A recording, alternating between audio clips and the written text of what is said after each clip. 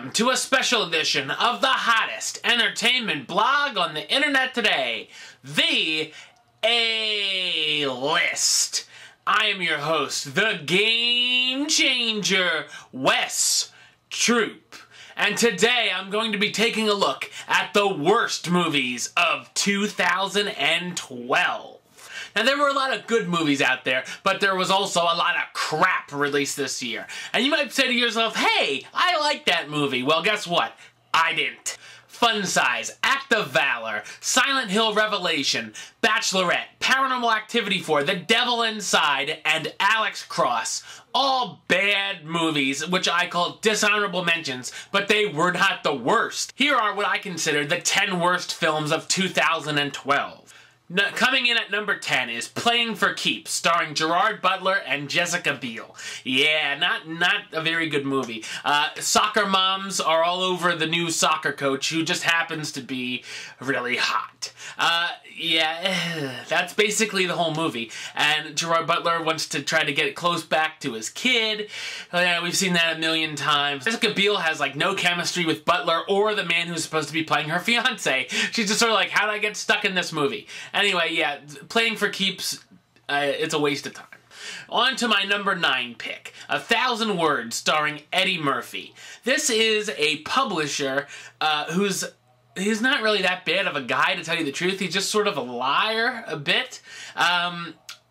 And a tree grows in the back of his yard, and leaves start falling off, and when the last leaf falls, he dead. So, it's an odd, ridiculous story, really.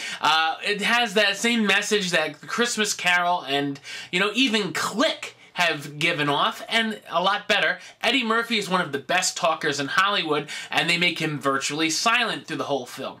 Yeah, that makes sense. But the worst thing is, it's really just not that funny. Coming in at number 8 is Hit and Run, another comedy, this time starring Dax Shepard and, yes, one of my fave ladies, Kristen Bell. Unfortunately, she's in this film, but what are you gonna do? Because she's engaged to get Dax Shepard, so I guess she's obligated.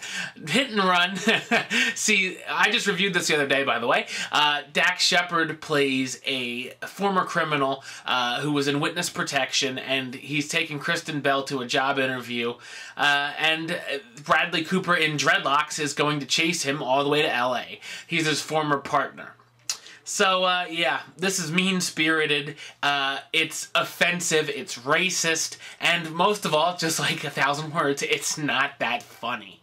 Moving on to a genre that had a lot of trouble this year. Yes, and this is not the only horror film to be on my top 10 worst films. The House at the End of the Street. Congratulations, Jennifer Lawrence. You managed to make it on my best and worst list of 2012. This is one of the worst horror movies I've seen in a while. Not the worst, those are coming. But it's predictable. You know everything that's going to happen before it happened. It's not scary. There's no suspense at all. The story is horrible. It ends on a ridiculous note. And the only good thing is to see Jennifer Lawrence in a tight white tank top. That's its only saving grace, and that's the reason why it's not like down in 2 and 3 ratings. There's nothing memorable about this movie at all. I could barely remember that Jennifer Lawrence was in it, yet even Elizabeth Shue. Those are the only 2 things I remember from this movie. I think I'm better off. Coming in at number 6, one of the first films to be released in 2012, and obviously one of the worst, Joyful Noise, starring Queen Latifah and Dolly Parton. Wow. What an interesting film. It's a choir tournament type deal. Queen Latifah takes over as choir director when the choir director dies. So we start that on a lovely note. 4 minutes in, there's a funeral.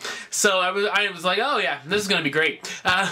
Dolly Parton isn't really in it that much. It becomes more of a story about Queen Latifah's family, her daughter and son who are having family problems with her and stuff. It's a drag, this movie. The singing is interesting because they sing songs from Paul McCartney to Usher to even, God, the most church-going man, Chris Brown. And for par, it's got one of the worst fight scenes of the year in it. Joyful Noise I found to be anything but joyful. My number 5 pick also was released at the beginning of 2012. One for the Money, a comedy action film. Yeah, so they say. I don't think I really laughed once at this movie. It stars Katherine Heigl, who has been a, mostly professional businesswoman in all her movies. This time she's a bounty hunter.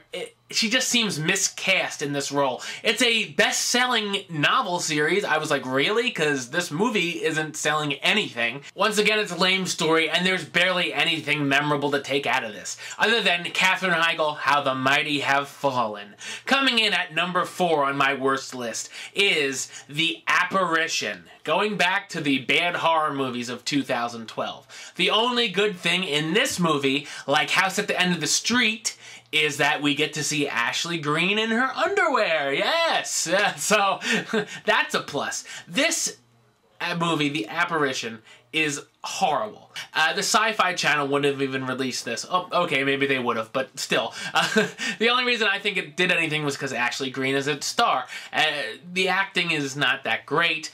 It's got Tom Felton in it from Harry Potter. Once again, How the Mighty Have Fallen, Mr. Draco. And nothing eventful happens. There's nothing scary, no suspense. And the thing we're supposed to be afraid of looks like a big mold stain on the wall. Oh my god, mold is so scary. Anyway, coming in at number 3, the other horror movie, this I thought was the worst of the year, is Red Lights. This has a talented cast. It's got Robert De Niro, who was just nominated for an Oscar, not for this obviously, Sigourney Weaver, Cillian Murphy, the Scarecrow, and Elizabeth Olsen. All, they've done good performances in the past, if not great. Obviously De Niro and Sigourney, but this was not good. It has to do with Murphy and Weaver play a debunking team of psychics, and Robert De Niro is this big to-do psychic who's been on all the TV shows. He comes out of retirement, and he's a big deal, and they want to try to claim that this guy doesn't know what he's doing. And then things, of course, go awry. Weird stuff starts to happen. Once again, no suspense, no scares, nothing remotely horrifying about this movie. It's just horrible. Coming in at number 2, one of the worst hour and a half of my life this past year was Step Up Revolution. Now, if you're a fan of this series, you might enjoy this. I, however, did not, and I still have to review this film, so it's gonna be awesome. So, Step Up Revolution. It's the 4th entry, believe it or not. This is popular enough for 4 movies. I've seen better dancing on reality TV, the music videos when they're still played on MTV. There's nothing really special. And the guys in this movie look like the same person over and over again playing the same different characters. It's like they got like one guy to play every character. And then the ones that don't look anything like it, the last thing they'd be doing is breaking out in dance moves. They'd more like be slicing throats. Luckily, it has an attractive lead, Catherine McCormick, but the story is as generic as it gets. We've seen it a million times in these type of movies. So I said I would rather have gone to the dentist than watch Step Up 4. And finally, the worst movie of the year, the biggest piece of crap in the toilet bowl. This should come as a surprise to no one, as I've been ranting about it for at least 8 months, is Battleship. Whoa, God. As I saw from the trailer, I said, I'm gonna hate this movie. It looks like a piece of crap. And it was. It's got explosion. It's 2 hours of explosions and meaningless dumbness. This makes Transformers look like Gone with the friggin' Wind, people. The cast gives horrible performance. Taylor Kitsch, this was not his year. Go back to being Gambit or something, Taylor, because it's not working. Brooklyn Decker's okay to look at, but she's not the greatest actress. Liam Neeson luckily gets off scot-free with a basic, I call it a glorified cameo, because he's only really in it for 5 minutes. He's in it to get you to go, because everyone says, Liam Neeson, I'm going. Yeah, sorry you wasted your money. The best part of this movie is a joke about a chicken burrito, believe it or not. Oh, and how could I forget? One of the most annoying performances I've ever seen in my life is played by Rihanna, who is a one-line, horribly cliched, spewing gun woman. The aliens in this film look like the Thing got busy with the Lorax. It is horrible, and I felt dumber just having to sit through 2 hours of mindless garbage. And to this day, I still say, I would rather go down in a sinking battleship than watch this again. So, those are my worst picks of 2012. I'm sure you will agree with me on some, maybe not some others. Tell me what your worst picks of the year were, and, you know, have fun with it. And if you haven't seen those movies, don't let them waste 1 second of your life. So, peeps, until next time, don't miss one single A-list second.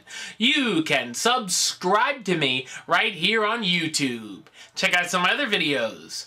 You can like me on Facebook, follow me on the Twitter, and officially now you can sign up for the waiting list for the worst and the best. All the movies I've seen of the 2012 releases are in a book. It's the A-List Review 2012 yearbook, and you can get one by contacting me.